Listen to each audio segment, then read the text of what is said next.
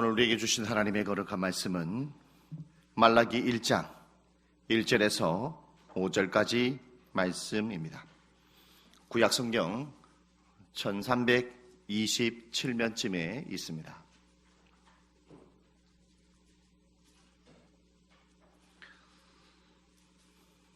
우리에게 주신 말씀은 말라기 1장 1절에서 5절까지 말씀입니다. 구약성경 1327면쯤에 있습니다. 여호와께서 말라기를 통하여 이스라엘에게 말씀하신 경고라. 여호와께서 이르시되 내가 너희를 사랑하였노라 하나 너희는 이르기를 주께서 어떻게 우리를 사랑하셨나이까 하는도다. 나 여호와가 말하노라. 에서는 야곱의 형이 아니냐. 그러나 내가 야곱을 사랑하였고 에서는 미워하였으며 그의 산들을 황폐하게 하였고 그의 산업을 광야의 이리들에게 넘겼느니라. 에돔은 말하기를 우리가 무너뜨림을 당하였으나 황폐된 곳을 다시 쌓으리라 하거니와 나 만군의 여호와는 이르노라. 그들은 쌓을지라도 나는 헐리라. 사람들이 그들을 일컬어 악한 지역이라 할 것이요 여호와의 영원한 진노를 받은 백성이라 할 것이며 너희는 눈으로 보고 이르기를 여호와께서는 이스라엘 지역의 밖에서도 크시다 하리라. 아멘. 말라기 말씀은 BC 433년에 말씀을 선포하고 있습니다. 이 말라기 말씀의 배경은 바로 느헤미야 13장 4절 이하의 말씀을 배경으로 하고 있습니다. 하나님은 바벨론을 멸망시키고 페르시아를 통해서 남유다의 백성들을 예루살렘으로 돌아오게 하죠. 1차로 돌아올 때가 536년에 돌아오고 2차로 돌아올 때가 457년에 돌아오고 마지막 3차가 바로 444년입니다. 이때 누가 인솔자였냐면 바로 느헤미야가 3차 귀환자의 인솔자로서 예루살렘으로 돌아가게 됩니다. 느헤미야는 예루살렘으로 돌아가서 무엇을 하게 되냐? 그것은 바로 하나님의 성벽을 재건하는 데 힘을 쏟게 됩니다. 하나님의 성전은 516년에 지어지게 되었어요. 그런데 하나님의 성전을 지어지게 됐는데 성벽이 없다 보니까 이방인들과 적군에 쉽게 공격을 당했어요. 쉽게 공격을 당하 보니까 느헤미야가 하나님의 이 성벽 재건에 힘을 썼던 것이었죠. 그래서 444년에 성벽 재건 시작하면서부터 시작해가지고 언제까지 성벽을 짓게 되느냐? 바로 433년에 하나님의 성벽 재건을 완공하게 됩니다. 하나님의 성벽을 완공하고 난 이후에 433년에 페르시아 왕 아닥삭스다 왕하고 약속한 것이 있기 때문에 그 아닥삭스다 왕의 약속을 지키기 위해서 느헤미야가 성벽 재건한 이후에 433년에 페르시아로 돌아가게 됩니다. 왜냐하면 느헤미야는 어떤 사람이냐면 페르시아의 아닥삭스다 왕의 술 맡은 관원장이었어요. 총애를 받았던 사람이었죠. 그래서 느헤미야가 이때 돌아가서 보고를 다 드리게 돼요. 그런데 이때 느헤미야가 예루살렘에 1년 동안 비우게 되는데 이 1년 동안 비우게 되었을 때의 남유다의 백성들의 신앙이 어떻게 되느냐? 남유다의 백성들의 신앙을요 세상에 다 팔아먹어버렸어요. 불과 1년 만에 모든 신앙을 다 잃어버리게 됩니다. 예배도 드리지 않고 엉망진창했어요. 이때 하나님이 누구를 보내느냐? 느헤미야가 없는 이 1년 동안에 하나님은 남유다의 백성들을 깨우기 위해서 오늘 이 말씀, 하나님은 바로 말라기 선지자를 보내서 말씀한다라는 거예요. 여러분, 우리가요 신앙을 세우고 좋은 믿음을 가지기 위해서는 굉장한 오랜 시간이 걸려요.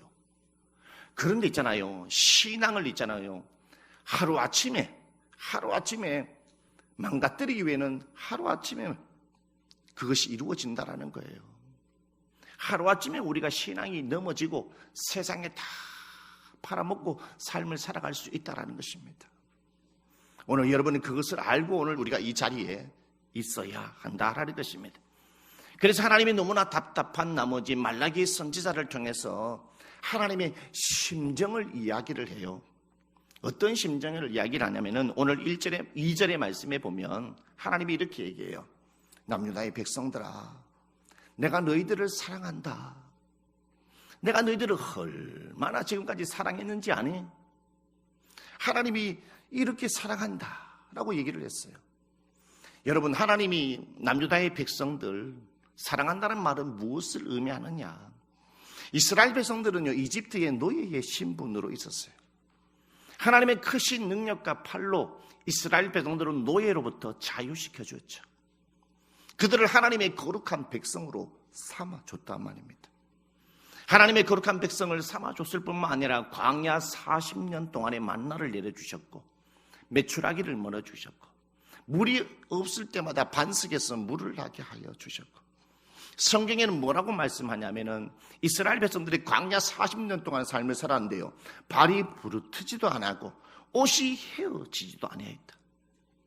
그리고 하나님께서는 아브라함과 약속했던 것을 이루시기 위하여 가나안 땅을 주셨고 그들에게 정말 쌓을 곳이 없을도록 가나안 땅에 큰 복과 큰 은혜를 내려주셨어요.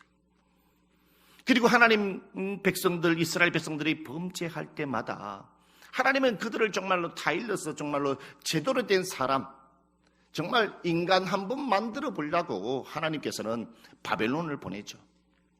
바벨론에 70년 동안 포로 생활하다가 하나님은 그 약속을 지키기 위해서 하나님은 페르시아를 보내가지고 바벨론을 멸망시키고 다시 남유다의 백성들, 이스라엘 백성들을 본국으로 돌아오게 하지 않습니까? 얘들아, 내가 이렇게 관심 가지고 이렇게 애정을 쏟아서 너희들을 이렇게 사랑하고 있다. 그런데 너희들이 어떻게 이렇게 살 수 있느냐라고 하나님이 얘기를 해요. 하나님이 이렇게 얘기를 하니까 이 이야기를 이스라엘 백성들이 가만히 듣고 있다 보니까 2절 중반 하반부에 이렇게 얘기해요. 하나님이 우리를 언제 이렇게 사랑했습니까? 언제 우리에게 관심을 가져줬습니까? 말 좀 해보십시오. 어떻게 우리를 사랑했다고 말할 수 있습니까? 눈을 딱 봐도 우리는 하나님이 나를, 우리 가정을, 우리를, 이 민족을 사랑했다는 것을요, 알 수도 없어요. 언제 사랑했습니까? 여러분, 저는 이 말씀을 읽고 충격을 받았어요. 여러분, 사람이 뭐가 있어야 됩니까? 뭐죠? 사람이 뭐가 있어야 된다고요? 맞습니다. 사람은요, 싸가지가 있어야 됩니다. 할렐루야.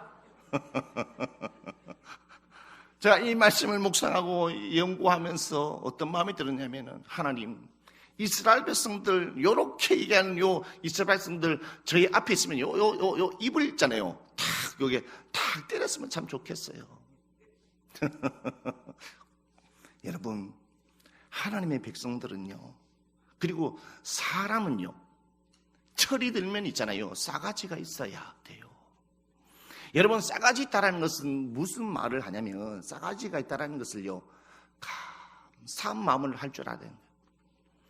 은혜를 알아야 된다는 거예요. 고마운 마음을 알아야 된다는 거예요. 우리가 감사한 마음을 하게 된다면요, 이스라엘 백성들처럼 이렇게 말을 할 수 없어요. 우리가 정말로 인생에 대해서요, 감사와 고마운 마음을 가지면은요, 우리가 부모님들한테 있잖아요, 싸가지 없게 말을 할 수 없어요. 또 자식도 마찬가지예요. 부모님을 향해서 싸가지 없게 얘기할 수 없어요. 교회에서나 여러분의 직장에서 어디서도 마찬가지예요. 그런데 오늘 남유다의 백성들은 그렇게 은혜를 많이 받고 하나님의 큰 복을 받았음에도 불구하고 불과 1년 만에 하나님 앞에 어떤 사람이 됐다? 뭐라고요? 여러분, 좌우로 이렇게 얘기합시다. 좌우로. 여러분, 싸가지가 있는 사람이 됩시다. 할렐루야. 할렐루야. 싸가지가 있는 사람이 하나님이 좋아하고요, 세상 살아나는 사람들도 나를 좋아한다는 것입니다. 하나님이 이렇게 남유다의 백성들을 얘기를 하고 난 다음에 하나님의 두 번째 두 번째 심정을 하나님은 말라기야 선지자를 통해서 이스라엘 백성들에게 이렇게 얘기해요. 오늘 6절의 말씀에 보면 얘들아, 아들은 아버지를 공경할 줄 안다. 그리고 종은 주인을 공경할 줄 아는데 너희들은 왜 나를 공경하지 않느냐? 왜 나를 이렇게 공경하지 않고 멸시천대하느냐? 이렇게 하나님이. 그래서 남유다 백성들 이것을 가만히 듣고 회개하고 뉘우치는 게 아니라 이걸 듣고 나서 뭐라고 얘기하냐면 6절의 말씀에 보면은요, 하나님, 우리가 언제 공경하지 않았다고 했습니까? 하나님, 우리가 하나님을 멸시천대한 적이 있습니까? 멸시천대하고 공경하지 않았다면 증거를 한번 대보십시오. 우리가 얼마나 최고로 정성스럽게 막 심려를 기울여가지고 항상 그렇게 얘기하죠. 허벌나게 기도하고 허벌나게 물질을 바치고 허벌나게 하나님 땀나며 가면서 예배를 드리지 않았습니까? 이러한 심정으로 막 얘기하는 거예요. 이스라엘 백성들이 하나님 앞에 막 삿대 찾는 거죠. 하나님 언제 우리가 멸시천대했습니까? 언제 우리 하나님 앞에 이렇게 했습니까? 막 따지는 거예요. 그래, 하나님이 그것을 가만히 듣고 있다가 8절의 말씀에 뭐라고 얘기하느냐? 그래, 그러면 너희들이 나에게 눈먼 재물을 바치는 것은 무엇이냐? 너희들이 내게 올 때에 다리 저는 것을 가지고 오는 것은 무엇이냐? 나한테 예배 드리러 올 때에 병든 것을 가지고 오는 것은 무엇이냐? 그러니까 이스라엘 백성이 앞에 예배 드리러 오는 때에 있잖아요. 집에 있는 것 중에 가장 안 좋고 가장 말라 비틀어지고 눈알이 하나 없고 눈알이 하나 없고 뭔가 기가 없든지 막 피부병에 걸렸든지 다쳐가지고 막 다리 부러져가지고 억지로 들뚝거리는 거, 일어나지도 못하는 것들, 그리고 가장 썩고 썩은 것을 하나님 앞에 가지고 와서 주여, 오늘 주님 최고의 재물을 가지고 왔사옵니다. 최고의 재물을 가지고 왔사옵나니 주여 축복해 주시옵소서, 복내려 주시옵소서. 여러분, 하나님이라면요, 여러분 어떤 마음이 들까요? 이렇게 예배를 드리고 하나님이 지금 이렇게 얘기하고 있는 거예요. 우리는 늘 언제나 명절을 맞이죠. 9월에 추석 명절을 맞고 신년에 또한 우리는 설날을 맞잖아요. 그러면 가족들이 모여, 친지들이 모여가지고 어르신들에게, 우리 부모님들에게 와가지고 뭘 준비해 옵니까? 뭘 준비해 와요? 뭘 준비해 옵니까? 여러분, 선물을 준비해 오잖아요. 우리 선물을 준비하는데 우리 아들, 딸들이 다 오늘 설날이니까 오늘 부모님을 위해서, 우리 어르신분들을 위해서 선물을 준비해야 되지. 원래는 사과가 막 금값이다. 막 사과가 막 금값이니까 우리 부모님을 위해서 사과를 싹 사는데 돈이 아까워가지고 막 90%는 사과가 다 썩어 있는 거. 부모님한테 드려야 되는데, 정성껏 선물을 드려야 되는데 사과가 비싸니까 90%는 썩어 있고 10%도 완전한 게 아니라 막 흡이고 막 썩어갈라 해요. 그래서 막 포장을 막 멋들어지게, 포장만 멋들어진 겁니다. 포장만 막 멋들어지게 해가지고 막 세배하고 난 다음에 엄마, 아빠, 아버지, 어머니, 제가 아버님을 위해서 지금 최고로 비싼 사과를 가지고 왔습니다. 부모님이 그걸 탁 열어보면은 사과가 다 썩어 있다. 기분이 좋을까요? 막 덩실덩실 춤을 출까요? 아니면 기분이 나쁠까요? 기분이 나쁠까 말까요? 기분이 나쁘잖아요. 혹시 그런 선물 받아본 분 있으면 한번 손 들어보시면 하겠습니다. 손 들어보시기 바라겠습니다. 아무도 없죠. 하나님도 마찬가지라는 거예요. 하나님이 답답한 거예요. 그런데 여러분, 구약에만 이런 게 있는 거 아니라 신약에도 똑같은 일이 있어요. 예수님이 이 세상에 계셨을 때에 어느 날 예루살렘 성전에 한번 들어가 봤어요. 예루살렘 성전에 가보면 찬송 열심히 부르고 있겠지. 예루살렘 성전 들어가면 기도 막 열심히 하고 있겠지. 하나님 앞에 정성스럽게 제물을 준비해가지고 막 살찌고 정말 하나님을 막 공경하는 마음으로 멋들어지게 거룩한 예배를 드리고 있겠지. 성도들이 막 사랑을 나누고 교회에 나오고 막 사랑이 막 철철철철 넘치고 성도들이 막 이 성전에 막 들어갈 때부터 막 웃음꽃이 피면서 막 감사가 막 넘쳐나고 장로님요 아이고 감사합니다 막 감사 막 철철철 넘쳐날 줄 알았는데 들어가는 입구부터 막 불평이고 막 욕하고 난리 나는 거예요. 왜냐면 성전에 예수님이 들어가 보니까 찬송 부르는 것도 아니요, 뭐 기도하는 것도 아니고 예배 드리는 것도 아니고 예배 준비하는 것도 아니고 이 성전 안에 막 비둘기, 가축, 뭐 소, 양 다 가지고 돌아가지고 막 돈 번다고 했잖아요. 장사한다고 예배는 안 되고 장사 돈 벌기 바쁘다는. 그래서 예수님이 막 화를 내면서 내 집은 만민이 기도하는 집인데 왜 강도의 소굴로 만들었느냐 이렇게 책망했어요. 여러분 왜 그럴까요? 왜 우리는 하나님 아버지 앞에 왜 이런 예배를 정말로 공경하는 예배, 정말 살아있는 예배, 칭찬받는 예배를 왜 드리지 못하는 그 이유가 무엇이겠습니까?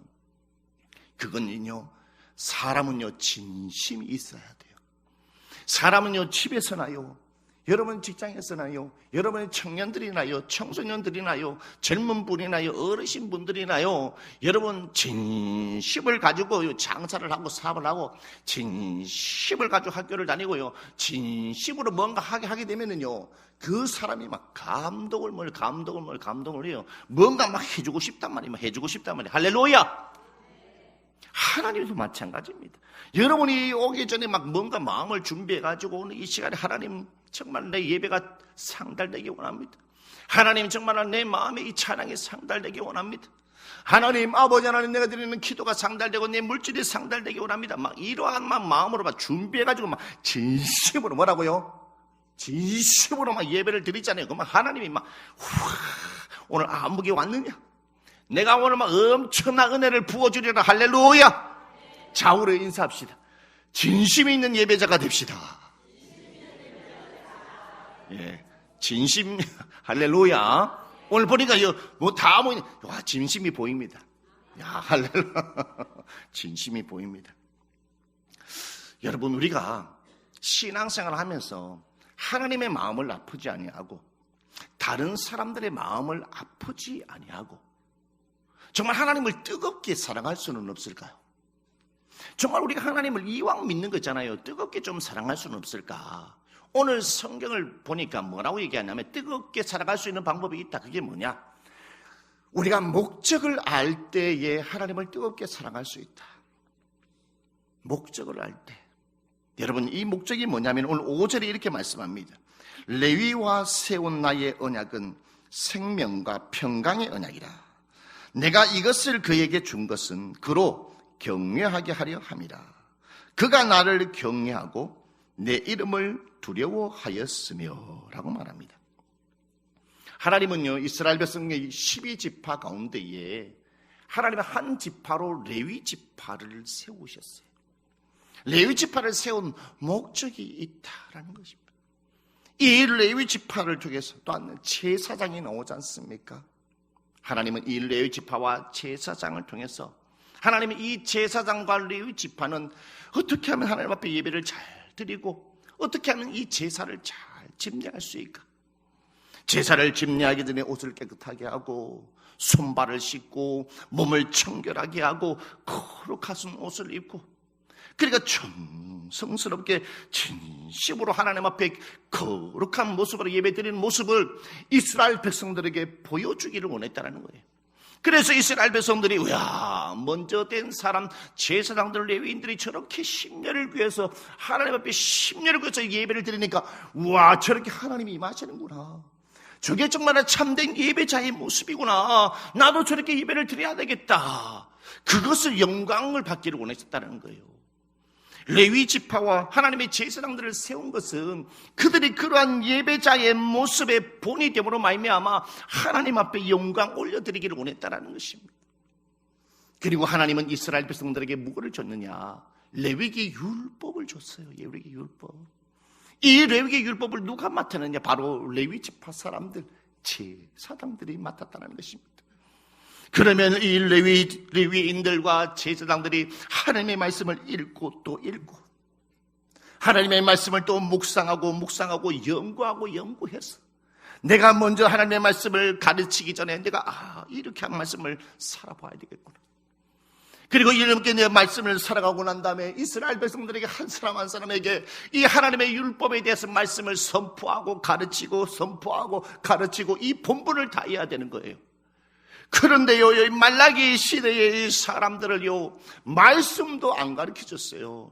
느헤미야가 비운 이 1년 사이의 말씀도 안 가르쳐줘요. 제사장들과 레위인들이 말씀을 가르쳐주는 것이 자신의 본분인데 본분을 다 하지 않았단 말입니다. 말씀도 가르쳐주지 않아요. 자기가 말씀을 읽고 그대로 살아가는 모습, 이야, 저렇게 말씀대로 삶을 살아가니까 하나님은 복을 주시구나. 저렇게 말씀대로 살아가니까 하나님의 은혜를 주시구나. 청년의 삶을 하나님께서 책임져 주시는구나. 그러한 본을 통해서 하나님의 영광 받기를 원하는데 레위인들과 제사장들이 본이 되지 않으니까 하나님의 영광을 가리게 만든. 여러분, 오늘 저와 여러분도 마찬가지입니다. 별의 본분은, 별은 반짝여야만이 자기의 본분을 다하는 겁니다. 달도 마찬가지입니다. 달도 뭔가 빛을 비춰야만이 달의 본분을 다하는 것입니다. 해의 역할은 해가 세상을 향하여 빛을 비춰야만이 만물이 살아나는 것처럼 자기의 본분을 다할 때에 하나님의 영광을 드러내는 거예요. 꽃의 본분은 뭡니까? 꽃을 피워야만이 그것을 영광을, 하나님 앞에 영광을 드리고 수많은 사람들에게 영광을 돌리고 기쁘게 한다는 것입니다. 과일나무의 영광은 무엇입니까? 과일의 열매를 맺어야만이 하나님께 영광이요, 그 주인의 농부에게 기쁨의 영광을 올려드리는 것이 않습니까? 오늘 우리가 이 자리에 있는 우리의 본분이 무엇이겠습니까? 우리의 본분은 거룩한 하나님의 성도라는 것입니다. 하나님의 성도로 부름받았다라면 여러분의 인생 가운데서 교회에 있을 때마다 여러분의 본분을 다함으로, 예배자의 본분을 다함으로, 그 본분을 다함으로 하나님 앞에 영광을 올려드리고, 그리고 여러분의 세상에 있는 그리스도인으로서의 직장 생활하고 주부로서의 삶을 살아가고 직장인으로 살아가고 학생으로 삶을 살아간단 말입니다. 여러분의 이름으로 살아가는 것이 아니라 그리스도의 이름으로, 성도의 이름으로 삶을 살아가기 때문에 여러분의 본분을 다할 때에 여러분 그 본분을 통해서 하나님의 영광 받기를 원한다는 여러분 것을 믿으시기를 바라겠습니다. 할렐루야. 주님이 말씀하셨어요. 너희는 세상의 빛이라 라고 말씀하셨어요. 그래서 마태복음 5장 16절에 너희 빛이 사람 앞에 비치게 하여 그들로 너희의 착한 행실을 보고 하늘에 계신 너희 아버지께 영광을 돌리게 하라. 할렐루야. 여러분, 그리스도인들이 그 맡은 자리에서 본분을 다하는 것이 빛을 비추는 것입니다. 오늘날 대한민국에 있는 수많은 백성들이 자기의 위치에서 본분을 다하지 않아요. 본분을 다하지 않으니까 우리 대한민국의 법이 무너졌다는 것입니다. 정치가 무너졌다는 것입니다. 사회, 경제가 무너졌다는 것입니다. 우리가 살아계신 하나님을 두려워하면서 그리스도인들 하나님의 잠든 예배자가 되면서 하나님의 말씀을 붙들고 본분을 지킬 때에 우리가 빛을 비춤으로 말미암아 세상을 썩지 않으려고 이 나라가 올바르게 세워질 줄 믿습니다. 할렐루야. 여러분, 하나님은요 우리를 통해서 영광 받기를 원하십니다. 우리가 하나님을 좀 뜨겁게 사랑할 필요가 있어요. 여러분, 하나님을 이왕 믿는 거 있잖아요. 좀 뜨겁게 사랑하십시오. 뜨겁게 사랑하면 하나님의 큰 은혜가 넘쳐납니다.